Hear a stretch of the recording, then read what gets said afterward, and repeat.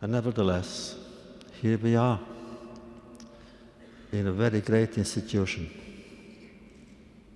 And that institution is here simply to teach us how to share memories. Not easy.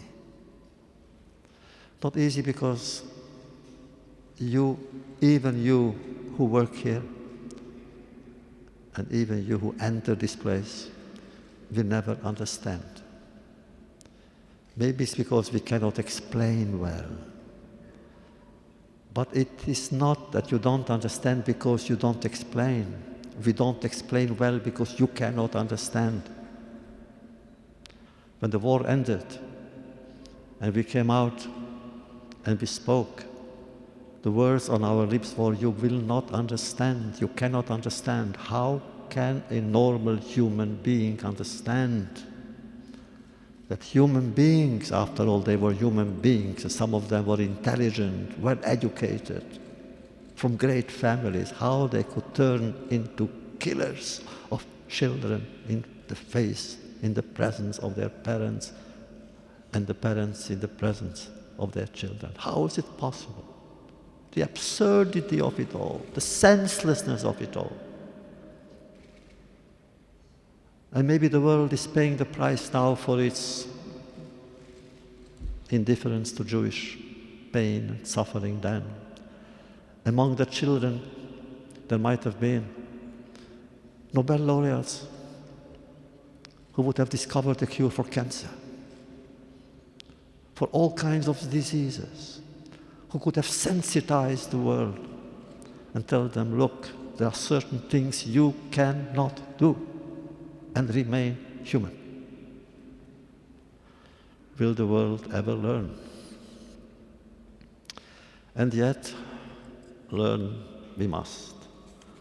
Mr. President, I'm going to tell you something which is rare because it's so personal.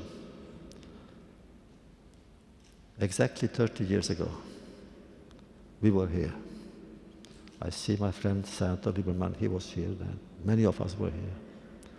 But many of us who were there then are no longer here. Our community is decreasing its numbers almost daily. We are old, getting older, I hope older and older, but nevertheless, more funerals and more are taking place. So we were here 30 years ago for the first time at such a ceremony, which is so solemn, so moving. Again and again, I see the soldiers coming in, and it moves me to tears. Because I remember when they liberated Buchenwald. And since then, I have a feeling of tremendous gratitude to the American flag, to the American uniform, to the American soldier. 30 years later, I can tell you of my age, what I really believe, as my personal I believe, or this is I believe, my credo. Having learned all that, having gone through all that, I say that I belong to a traumatized generation that often felt abandoned by God and betrayed by mankind. And yet I believe that one must not estrange oneself from either God or man. Was it yesterday or eternities ago that some of us have realized that human beings are capable of unspeakable brutality? That for killers it was human to be inhuman? Are we therefore to give up on humanity? Was then the man that we are, the human beings that we are, were we God's victim or God's failure? Are we God's prisoner? Are we God's orphans? I believe that every day it is incumbent upon us to choose anew between deadly warfare among adults and the right of children to grow up without fear, with a smile on their face. Between ugly hatred and the nobility of opposing it. Between inflicting pain and humiliation and inventing a beginning of solidarity and hope. Not to choose is also a choice, said Albert Camus, the wrong choice.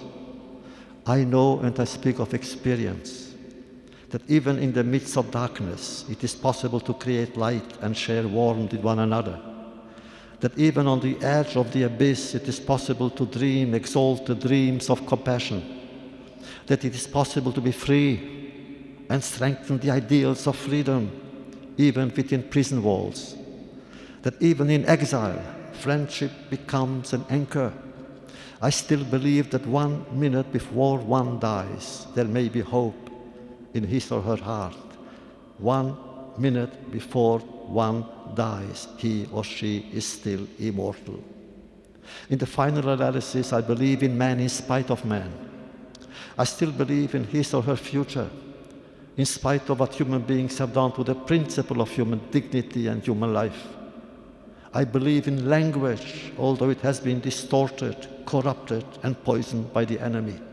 I still cling to words, for it is we who decide whether they become spears or balm, carriers of bigotry or vehicles of understanding, whether they are used to curse or to heal, whether they are here to cause shame or to give comfort.